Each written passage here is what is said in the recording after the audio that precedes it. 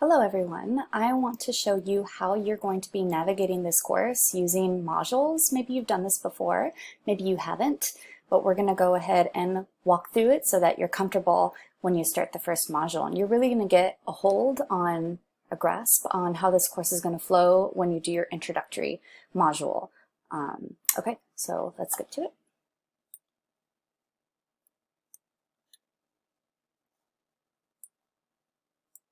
Let's blow up the screen so that you can see it bigger. Okay, this is the student view of your Canvas human biology site. If you scroll down all the way to the bottom, you'll see a Start Here button. And what I've done there is I've actually linked it to your introductory module. So it takes you to that module right away. This is where I want you to start when you begin the course. It's an orientation on how the course flows, some course policies, grading, and navigation tips for using Canvas. If you want to collapse or uncollapse a module, you click on the arrow on the left-hand side, and this just makes it nice when you have a bunch of modules towards the end of the course and you just have a lot of information. If you just want to collapse or minimize that module, you use that button. Okay. Before I begin the introductory module, I do want to point out that your course Q&A will always be here. It's a discussion, as I point out, in the orientation section, and you can just always ask any questions that you may have, whether it's content, whether it's tech advice, just anything really. You can post a response on here, and I check it daily. I get notifications. Your classmates are able to respond to you. You guys are probably able to do it quicker and more efficiently than I can. Please post. This is not graded, and just a spot for you guys to converse with each other. And like I said, I do check this every day. I get notifications in real time when you do post something on the Q&A. This will be up for the entire semester. Okay, I do want to point out I've gone to a different section. I'm no longer in the module section. You can always go back home by clicking home in your navigation toolbar. You can also, you don't have to use that start button. It's always going to take you to the introductory module. You can always use the modules navigation tab, and that will also take you to your entire modules page. You are more than likely going to be using this navigation quick button quite frequently in this course. So I'm going to go ahead and minimize those modules. All your modules are here.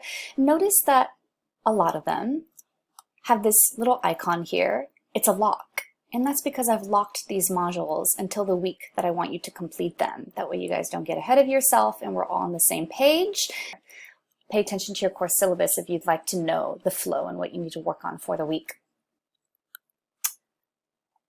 If we go ahead and look at your introductory module, you can see that some of the pages are going to be bolded, this black text font, and some are kind of this light gray. Well, that's because I want you to go in order. You need to view this page before I give you access to view this one, and so forth. You go in sequence. That's how I want you to complete these modules. Then you can see at the very end, there's a quiz and some other assignments for you to complete. Depends on the module. So if you go up, click on Introductory Overview and Learning Objectives, and it's always going to be an overview and learning objectives for every module. That's how you begin. Click on it. You view the page at your own pace. Scroll through it. You can actually click on these assignments, but before clicking on assignments for the module, you can just click a Next button. The Next button is located on the bottom right here when you're done viewing the page. And that takes you and unlocks the next page of the module, and you go in sequence from there. Every single page will have a next button where you can continue on. If you get lost, you can always go back to modules, and maybe you want to go to a previous page. That button exists as well, but if you check it in your modules here, these pages have now become unlocked, and you can always go back to a page at your own convenience. Maybe you want to revisit the content. Maybe you'd like to pay attention to the learning objectives that I have. Maybe you want to visit an assignment. They're always available for you. Those pages do not disappear. You can also use the previous button to do so, and the next buttons. They are also at your disposal to use. Go back to modules. Here's your introductory module. You go through it, complete the tasks. If you actually go all the way to the bottom of your Canvas site, after everything, I have additional resources. You're going to see a bunch of different pages that give you resources that you can use for this course. You are not expected to use, I should say you are not required to use these resources. They are additional resources to help you, such as Canvas tutorials. Cam Scanner is an app that I really enjoy using to convert my files into PDF. I use my iPhone to do that. Android works too. You can use that to upload documents for this course. There are multiple ways to do so. COVID-19 information just has a bunch of different credible resources that I've found that I have enjoyed giving to my students to learn more about the current pandemic, what's going on, and just some neat little podcasts and websites, credible websites for you guys to reference.